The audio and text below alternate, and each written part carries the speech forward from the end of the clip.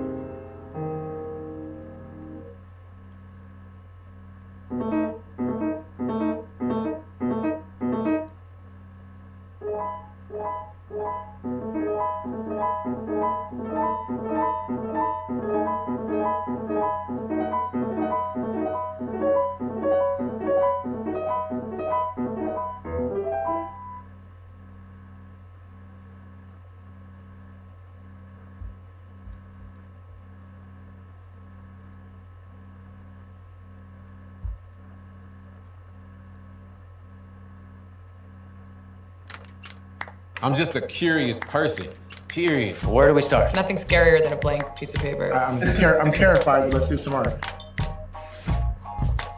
Will you teach me how to draw a rabbit? I'm not a perfectionist. Oh, ho, ho. Woohoo! I love this sign. Man, the lighting's perfect for it. This came out better than I would have. Explore your creativity at Skillshare.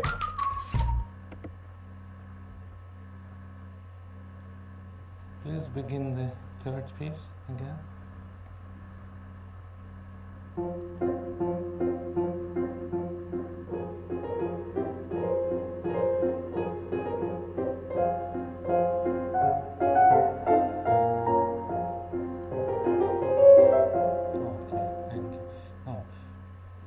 In Vienna, so you have seen a coach with horses in Vienna. Now it's a touristy attraction, but in Schubert's time this was the normal form of transportation, and he must have seen this all the time in front of his house.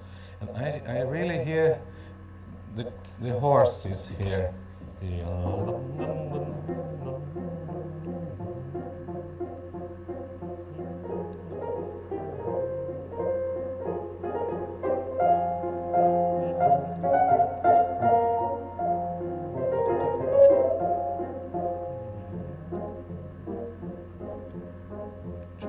Also, if you go to Grinzing or one of these, on the little towns around Vienna where you have taverns and where they have wine and food, and this is where Schubert liked to sit with his friends. Then you have little music bands, and if somebody plays the viola there, or if you hear a gypsy band, then there's this viola player, he always playing cha, cha, cha, cha. So whatever you play on the up bow, cha, cha, little later,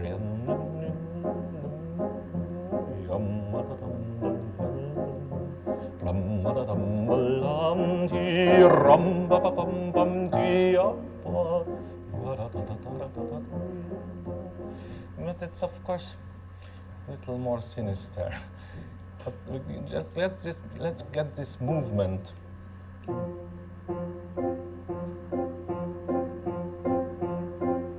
It's much too loud, you know. I am not hard of hearing. I have good ears. Please. There's no movement, you know.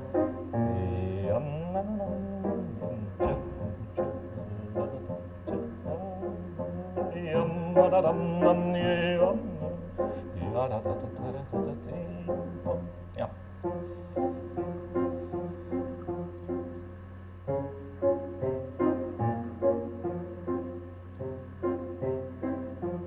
Okay, now let's get the tune.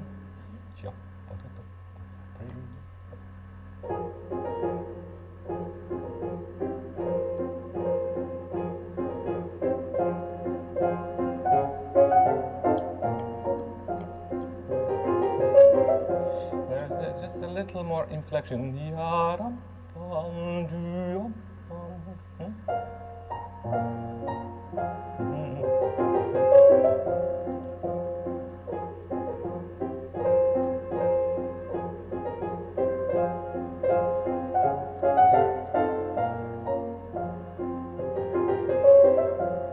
Again, you have to separate the melody from the accompaniment. I mean, this is not a Bachian piece where every voice is equal. Here is definitely melody, accompaniment, and harmony. And the accompaniment is short.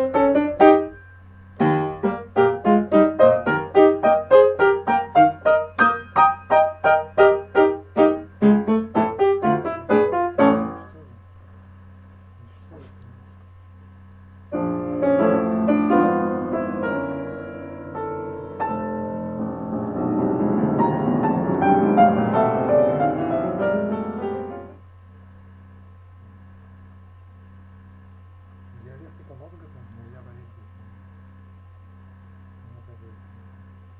Вот это есть оно самое. Ну да, вот это. Разговариваешь сам с собой, как будто. Сам себя пожалуйста. Ну нет, надорвался.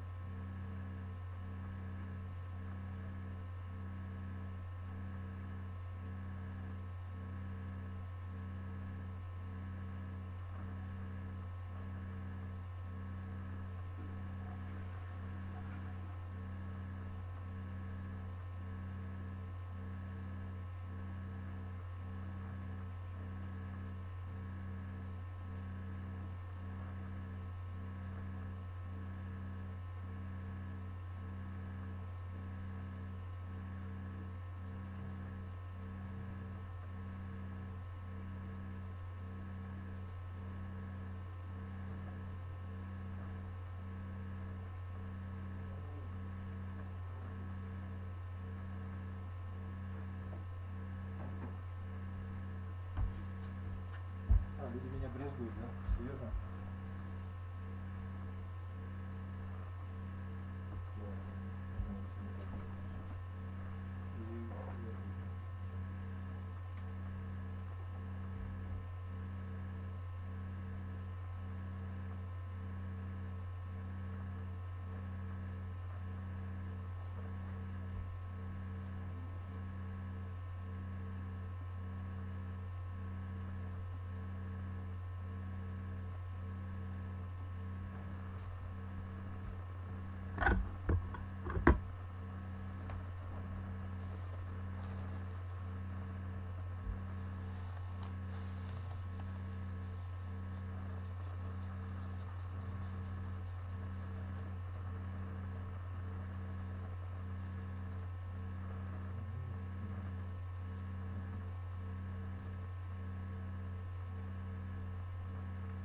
Не знаю, сделать.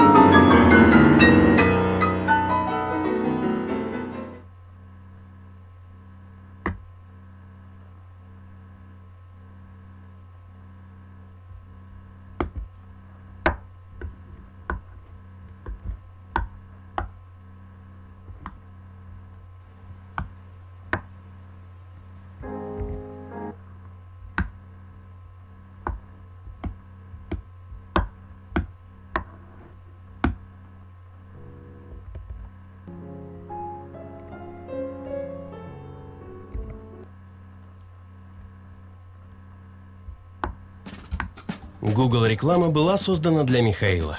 Он владелец автосервиса, а еще автослесарь. И художник, и мойщик, И только рекламой за него занимается Google. Google Реклама анализирует эффективность компаний, чтобы постоянно совершенствовать их и помогать вашему бизнесу находить новых клиентов. Поиск новых клиентов доверьте Google Рекламе.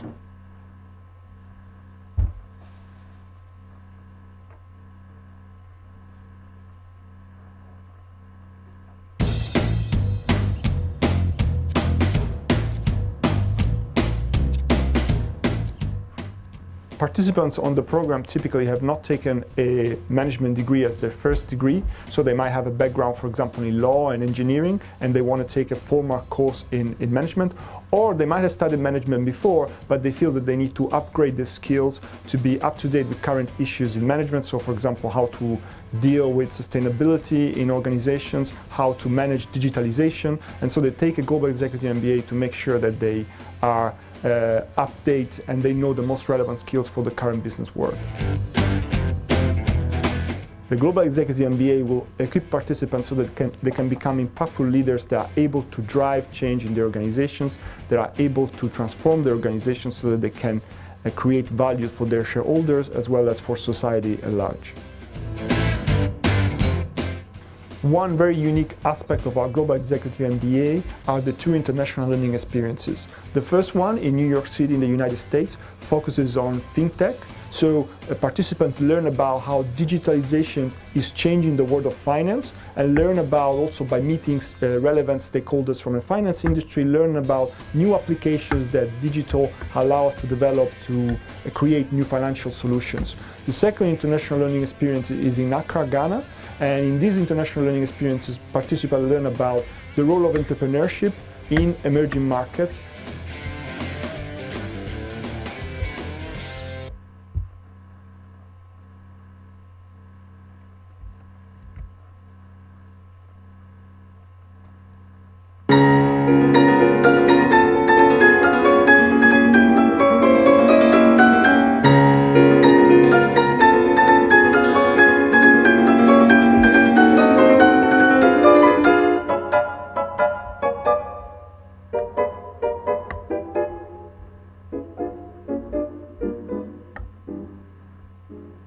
Die Faust bilden, das Handgelenk stabil halten, das Handgelenk weder nach oben, nach unten oder seitlich knicken und dann das Armgewicht frei fallen lassen.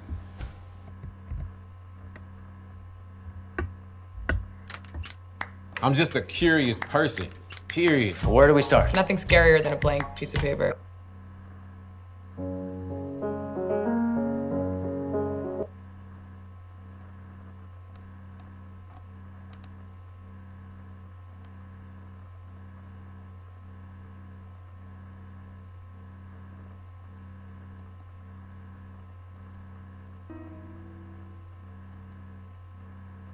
Ball 1 to 7, left hand. These tend to lead you play rather mechanically as you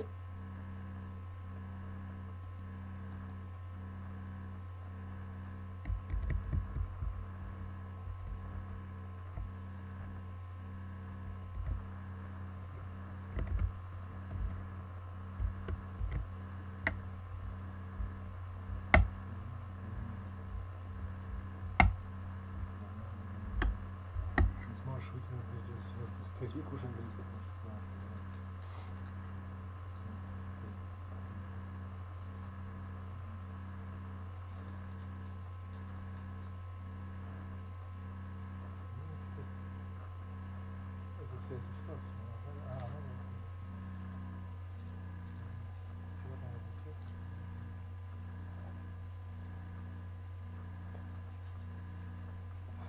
Я тупой, поэтому я так раздумал, я понял. Ну ладно, не тупой, просто зачем дело стало? Семья это что? Осеменение женщин, правильно? Сожительство это не обязательно. Вот это сожительство с кем-то. Вот это современное понятие семьи, да? Чтобы было легче жить или чтобы интереснее, чтобы веселее было? Без всех наград. Я понял. То есть два гомика живут вместе, и как бы один там репу чешет, ногу моется или что там все что. Я понял. Да. То есть кому? Нет. То есть, как бы, ладно, это сожительство, скажем так, да? Да. Брачная ложа. Не, ну что такое семья? Должно быть продолжение какое-то. У них продолжения не будет. Усыновят кого-то, это не продолжение. Он это имеет в виду. Амеби вырастет кого-нибудь. Нет, вот нет, понятно. Очень интересно. Да. Как это разрешено. Какие интересные выводы. Вот что-то, да, непонятно. Слишком, конечно. Пока такого нет. Неизвестно, будет ли потом. Ну, может быть, наверное. Когда научишься из мужчин яйцеклетки добывать. А делать?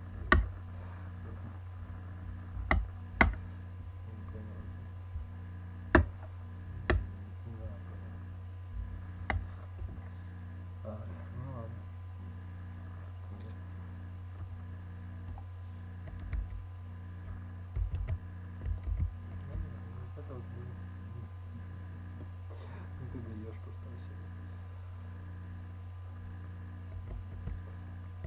Да. Дело хозяйственное. Да. Думали, что семью все будет. Это как бы оно вот так вот остается, то есть оно такое, да. Ну ладно, понял.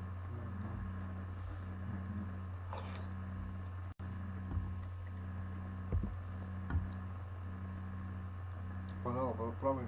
Делать ты что будешь сегодня? Ну да, будет еще номер.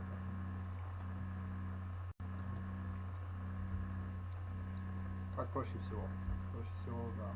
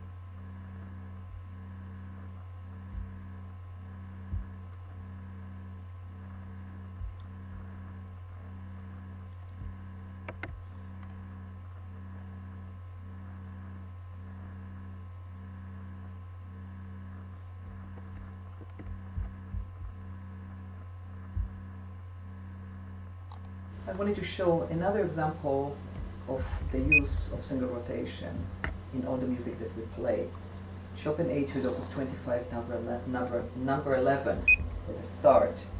It's all like a trill. I showed trills, I showed Alberti bass, how it's left, right, left, right, left, right, left, right. And when we do that, we get rid of the tension that finger alone bring. So here, right, left, right, left, right, left, right, left.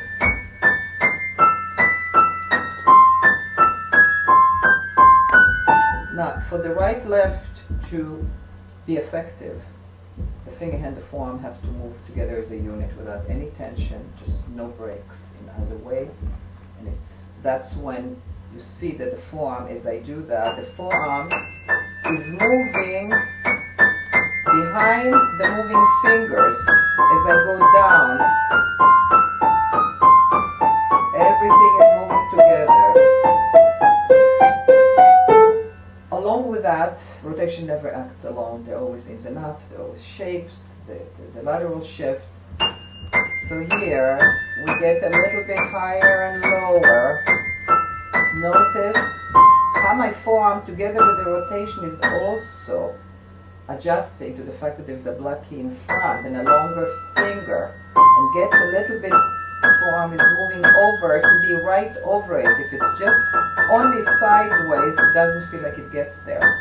The sideways is to get a sideways, but then we have long and short fingers, we have black and white keys, so there are other adjustments. And I wanted to see how make it a little bit bigger. See it, it break comes a little bit out here to the 5. So we have a shape here every 4 fingers.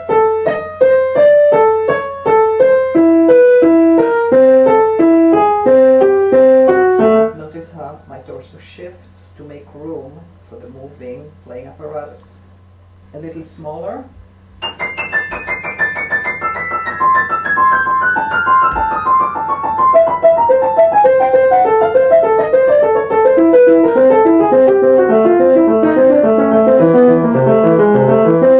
And of course you notice that with all the talk about the form, that you see fingers moving. All these movements that take away the strain from the fingers having to reach sideways and to curl and to pull in makes it possible for them to really move freely, and they need to move freely to create the right balance of work between the finger and the forearm. So they're not dead, they are moving, but together they're moving in a different way.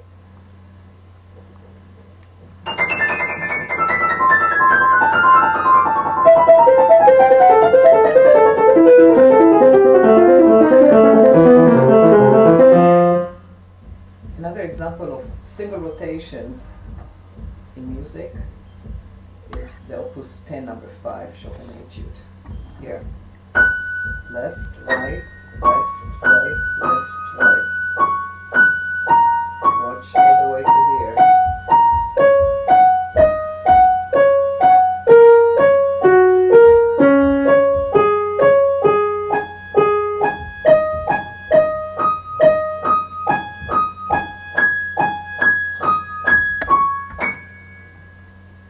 Notice when I do that, how my hands and fingers don't have to open. They never are in a position that is stretchy. The motions across are taken by the forearm.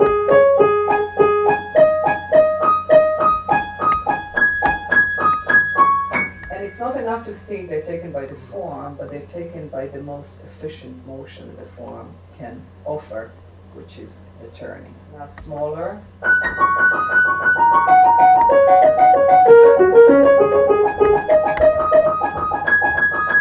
And you notice, of course, the little ins and outs movements, even just in the black key area, and little shapes.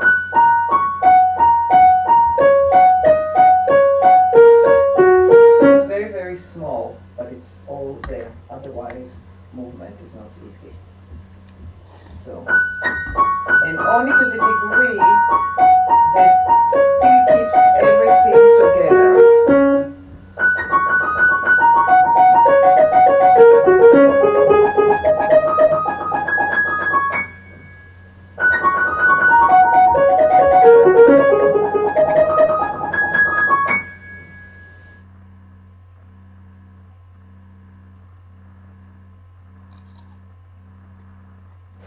A frequently asked question is how to comfortably play the first few lines of Beethoven Sonata Opus 27, number 2. Most people find that they get so tired there that it's difficult to continue playing the rest of the movement. So let's see what are some of the elements involved. First of all, it starts very low in the bass area, so the body needs to move over. Now often it moves over and begins to feel like it's falling off. So as you move to the left, at some point it goes a little bit forward so that you can feel you're right there and your arm has room to be in the place where it's meant to be, which is not over here, here, but really where it has to start playing. If you play the first 4 notes as a chord, it gives you a sense of where the forearm needs to be, and it's practically, it's almost where the belly button is. Now, the first question is, most people play it and the hand is already open, it's already stretched. And already there is tension and it's very hard to play the rest of it. So we have 2 possibilities. Either we stretch with our fingers, as often we do, or we realize that the arm has a role in it to help bring the fingers across so that they don't have to stretch and they don't have to pull. And again, it always goes back to the issue, which arm, how do we move? The upper arm, we have to take out of it, because if we really initiate and move from the upper arm, it tires very quickly, and that of course affects the playing. If the forearm just moves, often it feels like too much movement. So it's a combination of the rotation which brings the forearm, walks it over in minimal amounts from finger to finger, like this.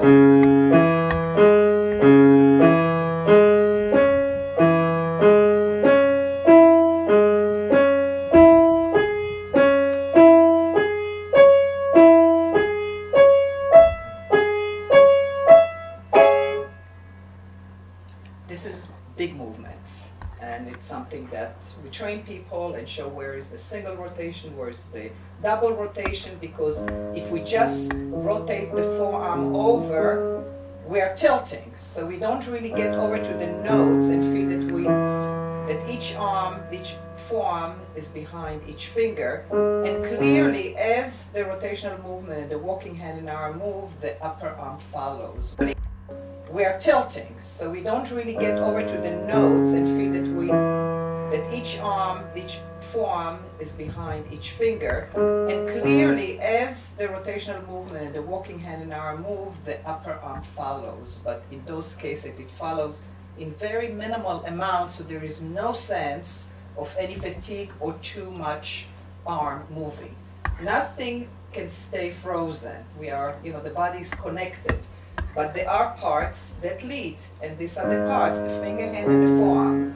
Now, the other thing that you will see that as I'm rotating and moving, that I'm not moving very far over. And the reason for that is that after the 5, I have to play the thumb. And in the whole art of technique, understanding the position, understanding the movements, is how to move in minimal amounts so that we can feel like we're barely moving, and we are moving, but we're moving very, very little, and that makes it possible also to move quickly.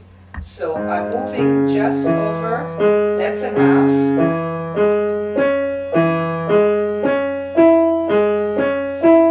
Now I'm making this point because there's also a shaping, a little bit, getting a little bit higher, getting a little lower, those curved lines. They also have to be done from the forearm, not from the wrist or the upper arm.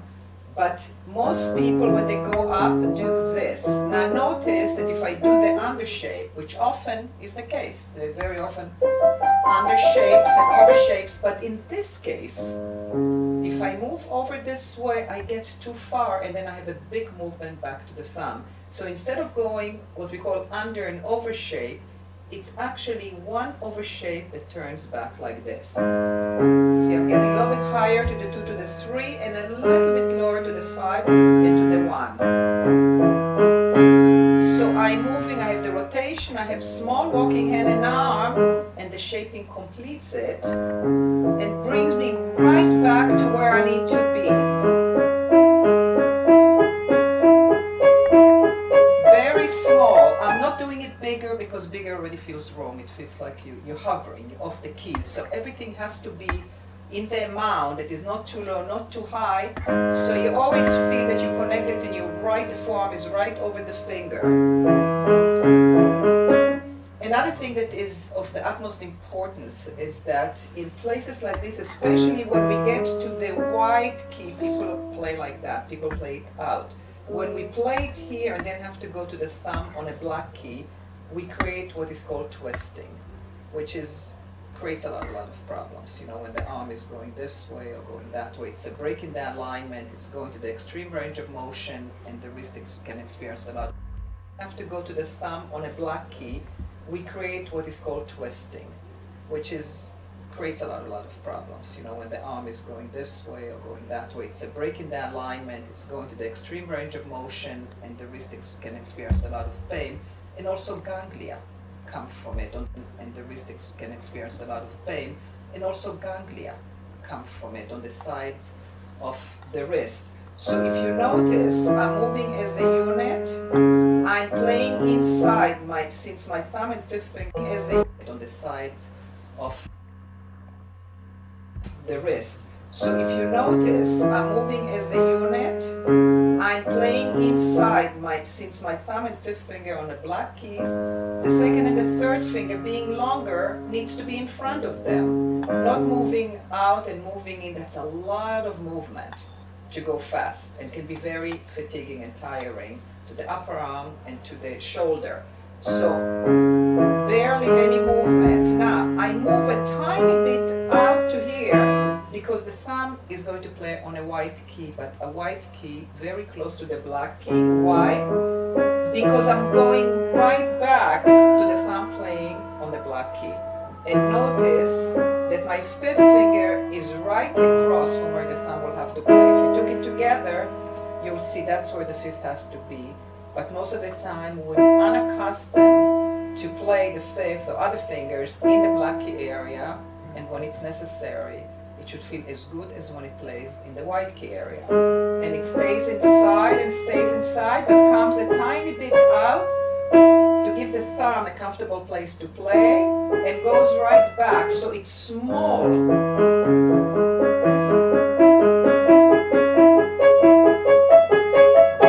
Now if I didn't tell you about it, you wouldn't even know that I'm moving a little bit in and out. That's the art of this movement. You know, where do we move? How much do we move?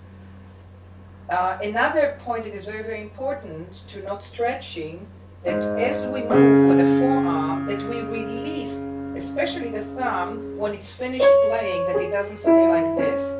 If we move the arm and the thumb stays where it was, because we're very used to positions, you know, to have everything ready like this, we're still going to be tight and feel stretched in spite of moving with the forearm. So if you notice what I'm doing, when I'm finished, it's like walking. You take a step and the foot that is finished is joining you, like this. Was because we're very used to positions, you know, to have everything ready like this, we're still going to be tight and feel stretched in spite of moving with the forearm. So if you notice what I'm doing, when I'm finished, it's like walking. You take a step and the foot that is finished is joining you, like this.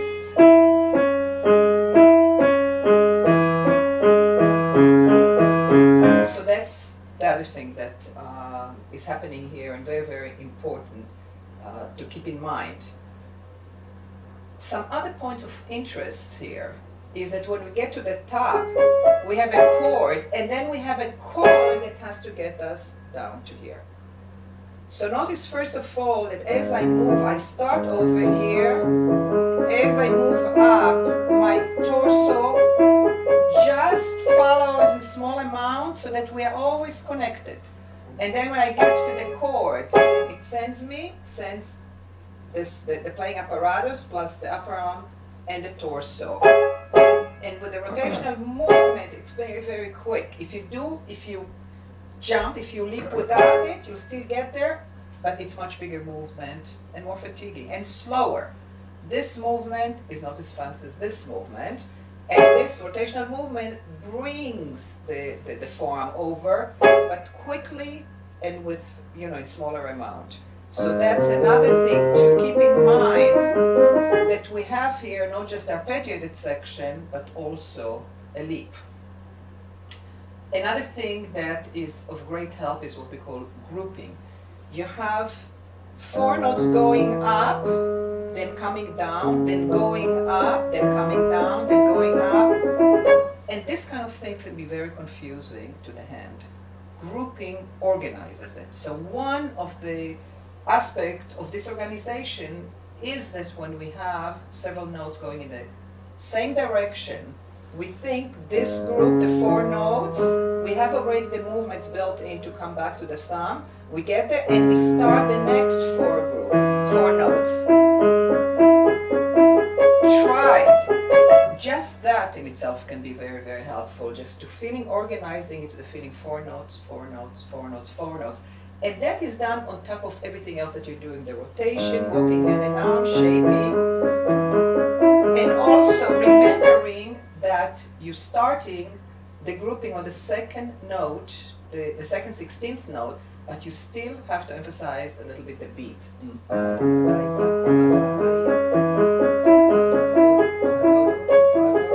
So the beat is always, the rhythmic structure is crucial, but the grouping often doesn't go according to the rhythmic structure. So that's another thing to keep in mind.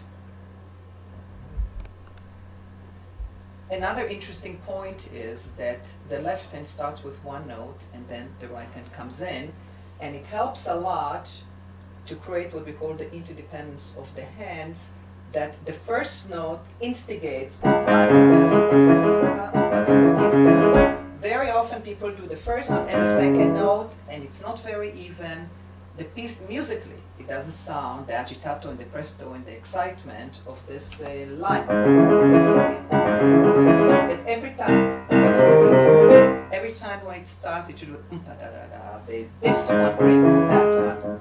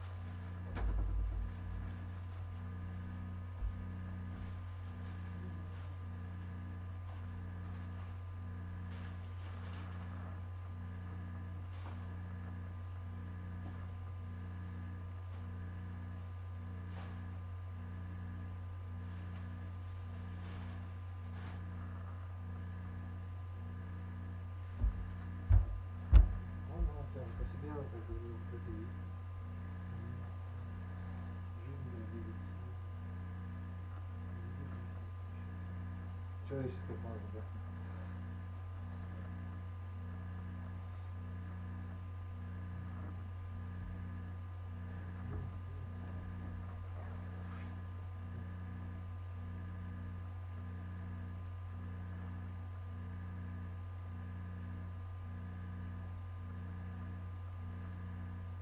Так ужасно. День прошел 4 часа.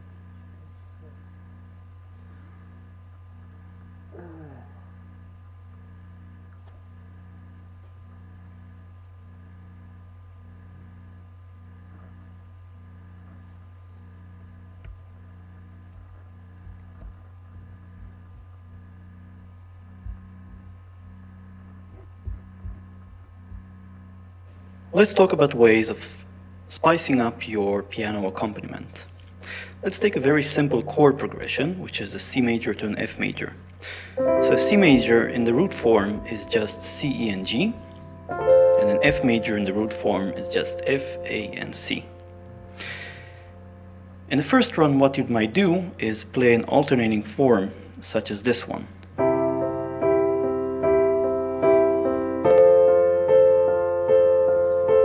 C, F,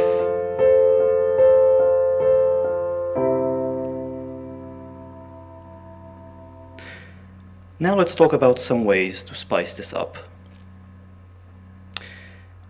The first trick is I'm going to use something called a grace note. And a grace note is just a note or a set of notes that quickly precedes the note that you were about to play. And in the context of the accompaniment and the chords, let me show you two variations, a slow and a fast one, for this alternating form. So the slow one is this.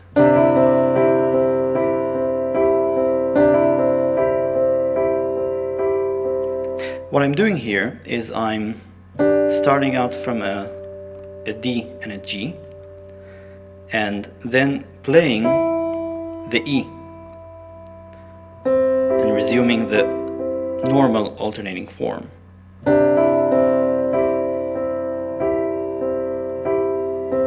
D, E,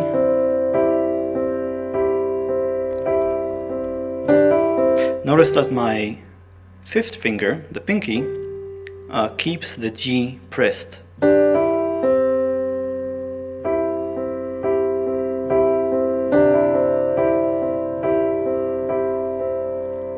The same thing can be applied to the F.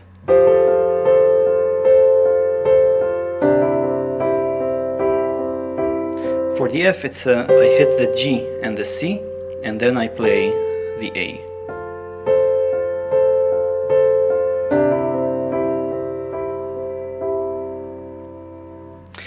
Now for the faster variation, and here I am going to play the exact same thing, but my transition from the DG to the EG will be a lot faster, and it will sound like this.